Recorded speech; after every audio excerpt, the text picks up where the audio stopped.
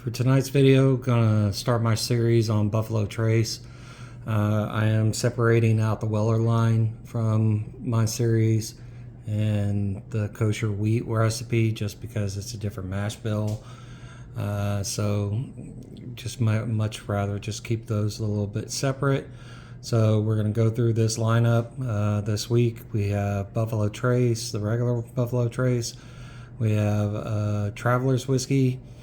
We have a small batch E.H. Taylor, have a single barrel E.H. Taylor, an Eagle Rare 10-year, and Blanton's that we're going to do in this lineup. So we'll get started with this first one with Buffalo Trace. It's an entry-level bourbon. A lot of people get this as their first bourbon. It can be hard to find just because everybody loves Buffalo Trace and everybody likes to grab Buffalo Trace whenever they see it on a shelf. In my area, it's pretty easy to find regular Buffalo Trace. It's a little bit harder to find some of the other ones like the E.H. Taylors and the Eagle Rares and the Blantons. But usually I can find Buffalo Trace on the shelf, so it's not that hard. It's around a $30 bottle. It comes in, I believe this is what, right around 90 something proof. Yeah, it's 45% alcohol by volume, so it's 90 proof. So it's very easy bourbon to get into. It's pretty sweet. A lot of people like it. So we're going to crack this open, give my review of the regular Buffalo Trace, and then we'll go through the lineup the rest of the week.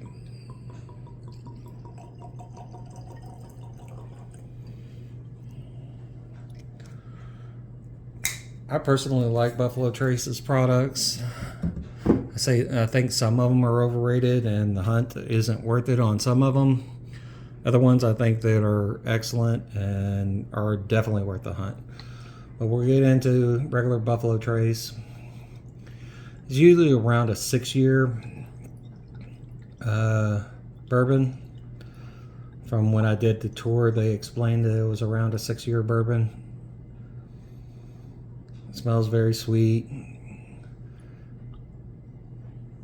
Get the vanilla nose, caramel nose. Proof point's a little bit lower than I like. I like things right around 100 or a little bit above. But we'll give this one a taste real quick.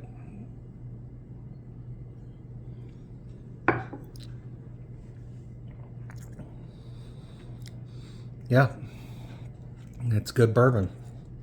There's nothing wrong with it.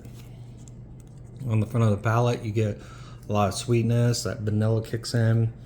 Get a little bit of hint of a caramel note. Not much of a finish there. It's got a little bit of a finish, but being 90 proof, it's not very much a very lingering finish, but it does give you a little bit of the Kentucky hug. 6 years old, it's got some legs on the glass. It's going for a second sip.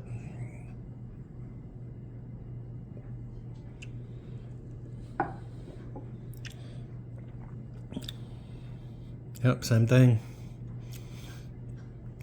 I'm getting a little bit of the oak tannins on the side of my tongue, kind of drying out that aspect of it, but get the sweetness and the vanilla and a caramel and straight into the finish. It's not a bad bourbon. It's a good bourbon.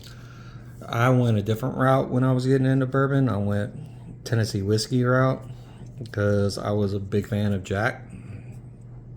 Didn't know much about Buffalo Trace, but once I started drinking bourbon, obviously I learned a lot about Buffalo Trace and all their different products and how they taste and their good flavor profile. And that one is a very good entry-level bourbon for somebody who's just trying to get into bourbon.